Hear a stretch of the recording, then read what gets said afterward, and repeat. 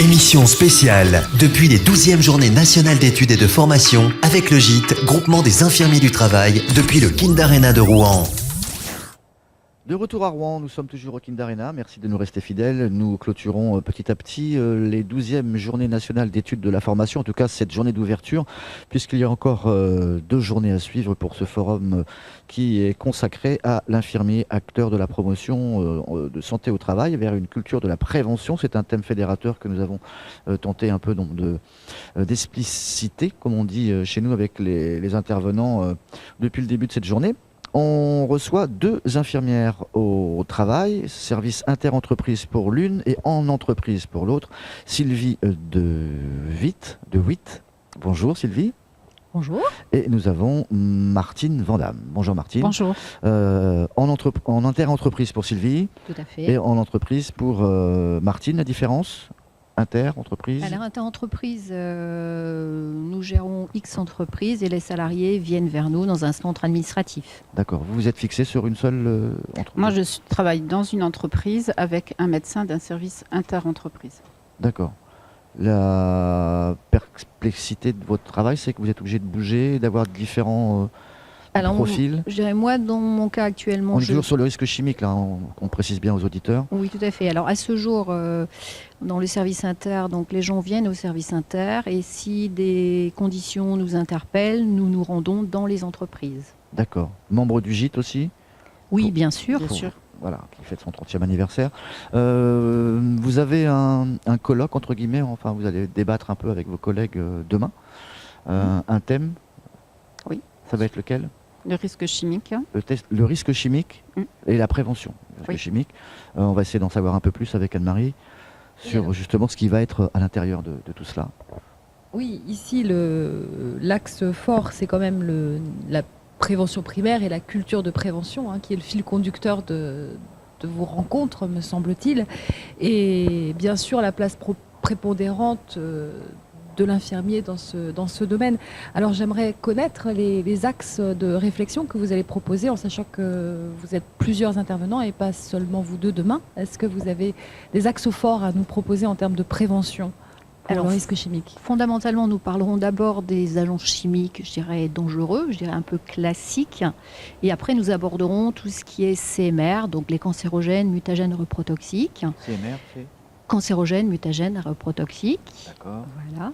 Voilà. Donc 6 interventions sont prévues, 2 interventions de médecins, 4 interventions d'infirmiers et infirmières, enfin essentiellement infirmières, pardon, d'horizons diverses, de services autonomes, de services inter, de services hospitaliers, pour nous montrer un petit peu comment est déclinée la prévention du risque chimique. Le risque chimique, c'est classifié. Comment on le classe justement, le risque ? Ça dépend des... Au niveau de la pollution, des risques d'explosion, des risques de Oui, contamination. ça dépend de l'étiquetage des produits qu'il y a pour chaque produit et notamment sur les fiches de données de sécurité. D'accord. Et en ce qui vous concerne, vous, dans l'endroit où vous travaillez ? Alors, moi, dans l'endroit où je travaille, c'est une entreprise qui fabrique des produits chimiques qui sont destinés à la cosmétique, à la pharmacie, aux vaccins, mais aussi à l'industrie. Ce sont des produits qu'on ne trouve pas forcément dans le commerce, mais qui sont pour d'autres fabricants de produits finis que vous pouvez trouver des shampoings, des choses comme ça, ou des vaccins pour les animaux. Et on a aussi un laboratoire de recherche et de contrôle des produits que l'on fabrique. Ça veut dire que le risque chez vous, ça serait quoi ? Ça serait un mélange de produits, attention c'est dangereux, ça peut exploser, ou c'est l'inhalation ? Le risque chimique est présent chez nous étant donné qu'on en fabrique tous les jours. On a plus de 2000 matières premières différentes, 600 produits finis différents. Donc c'est quelque chose qui est très présent mais qui est maîtrisé au mieux, notamment par les contraintes Seveso. Et puis, parce que la réglementation par rapport au risque chimique s'est beaucoup amplifiée depuis quelques années. Ok. Donc si le risque premier, oui, ça serait éventuellement peut-être l'inattention, tellement c'est surveillé, c'est ça ? Si on a envie d'être Bah, Positif. un Ouais. accident, ça peut toujours arriver, mais voilà. Après, je pense qu'il y a beaucoup de garde-fous qui sont mis pour éviter que l'irréparable arrive, comme à AZF Toulouse. Tout à fait. Voilà. Je pense que dans nos entreprises, comme celle de ma collègue Martine, il y a eu un gros travail d'identification du risque chimique. En fait, on connaît les produits entrants, les produits sortants.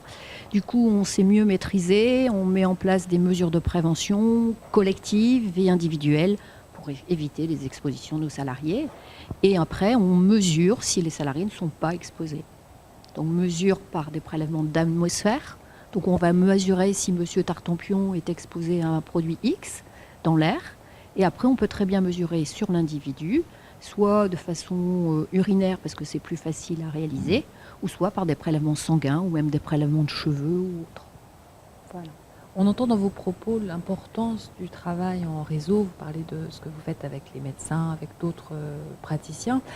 Ce que j'entends aussi, c'est qu'on en a beaucoup parlé aujourd'hui, c'est aussi ce qui nous rassemble, c'est la formation. Alors, quelle est votre formation? Est-ce que vous avez eu, vous, une formation spécifique aux risques chimiques ou est-ce que ça fait partie intégrante de la formation de l'infirmier en santé au travail?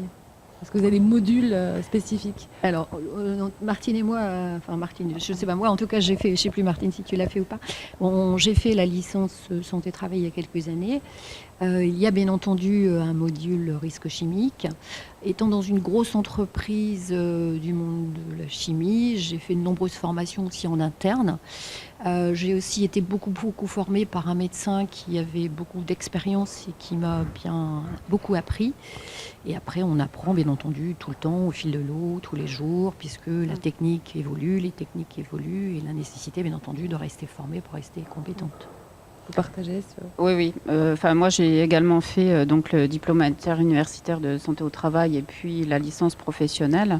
Et j'ai fait aussi beaucoup de formations, notamment pour les prélèvements d'atmosphère et des choses comme ça, après, tout au long de...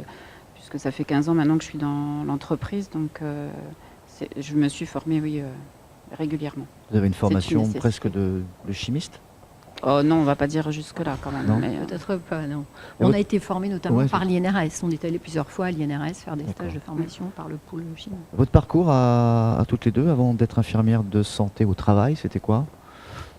Un petit peu infirmière hospitalière, mais beaucoup de santé au travail. Oui, Beaucoup de santé au travail. d'accord. Et vous? Moi, j'ai fait la Marine nationale, donc voilà. Et j'ai fait justement au titre de la reconversion le diplôme de santé au travail pour après intégrer la santé au travail après la Marine nationale. D'accord. Des évolutions pour vous deux dans votre travail? Vous avez envie encore de passer des paliers? Ou est-ce qu'on peut encore en passer, justement? Oui, bien sûr. Toujours. C'est quoi l'objectif? Alors moi j'ai fait aussi un master en ergonomie parce que comme on nous demande de faire des études de poste, pour moi ce que je savais des études de poste n'était pas suffisant, donc j'ai fait aussi un master en ergonomie en cours du soir. D'accord. Donc oui, je me suis formée tout au long de ma vie. Et Sylvie? Là, pour le moment, ça va? Pour l'instant, je Pas trop de suis besoin. un peu plus calme puisque j'ai intégré un nouveau service. Mais pourquoi pas un jour le master Paris 13e dont on nous a parlé encore cet après-midi. Oui, tout à fait. Anne-Marie? Pour vous, favoriser la culture de prévention, j'y reviens, c'est quoi? Vous diriez quoi à votre niveau? Eh bien, c'est sensibiliser les salariés que l'on voit au quotidien, les employeurs, les CHSCT, sensibiliser nos collègues que l'on verra demain après-midi, qui nous écouteront demain après-midi, parce que c'est vrai que Martine et moi, nous sommes deux spécialistes du risque chimique. Nos collègues du monde tertiaire ne connaissent pas du tout ce pavé, donc je pense que c'est très intéressant de pouvoir leur expliquer ce qu'on fait.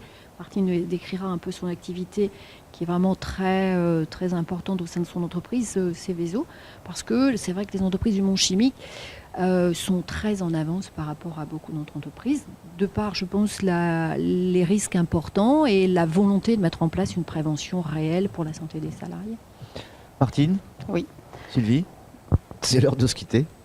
Merci d'avoir accepté notre invitation. On vous souhaite une bonne continuité sur ce forum. Et puis, c'est un bon débat pour demain?